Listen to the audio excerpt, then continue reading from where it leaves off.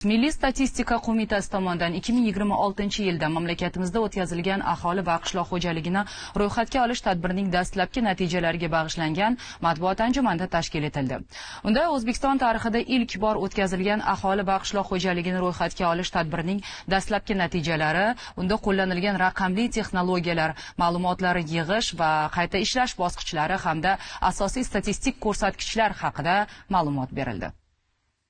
O'zbekiston tarixida ilk bor o'tkazilgan aholi va qishloq xo'jaligini ro'yxatga olish tadbirining dastlabki natijalari jamoatchilikka taqdim etildi. O'tkazilgan matbuot anjumanida ro'yxatga olish jarayonining yakunlari, erishilgan natijalar hamda ularning mamlakat taraqqiyotidagi strategik ahamiyati yuzasidan batafsil ma'lumotlar berildi. Qayd etilishicha, aholi va qishloq xo'jaligini ro'yxatga olish jarayoni joriy yilning 15-yanvardan 28-fevraliga qadar zamonaviy raqamli texnologiyalar asosida o'tkazildi. Mazkur jarayon mamlakatning demografik, ijtimoiy, iqtisodiy va agrar sohasini xolis baholash, ishonchli ma'lumotlar bazasini shakllantirish hamda uzoq muddatli rivojlantirish strategiyalarini ishlab chiqish uchun muhim zamin yaratdi. Dastlabki natijalarga ko'ra, O'zbekistonning doimiy aholisi 39,47,321 nafarni tashkil etdi. Bu ko'rsatkich amaldagi joriy statistik hisob-kitobga nisbatan 810,000 nafardan ortiq farqni qayd etmoqda. Mutaxassislarning ta'kidlashicha, ro'yxatga olish natijalari mamlakatdagi demografik jarayonni yanada aniq baholash imkonini beradi. Eng asosiysi bu yoqda shu aholimizning o'zi qiziqib nima qilgani, ya'ni chunki bu ancha yildan beri o'tmaganligi uchun bo'lishi mumkin. Mana faol qatnashganligi, bu faolligi ham juda yuqori. Xalqaro tashkilotlar tomonidan ham bu juda yuqori baholandi. 82.3% aholi o'sha internetdan o'tdi. Endi qadamma-qadam keyingi yillardan boshlab O'zbekistonda aholi reyestrini yaratish, bu rivojlangan davlatlarda aholi reyestri yuritiladi.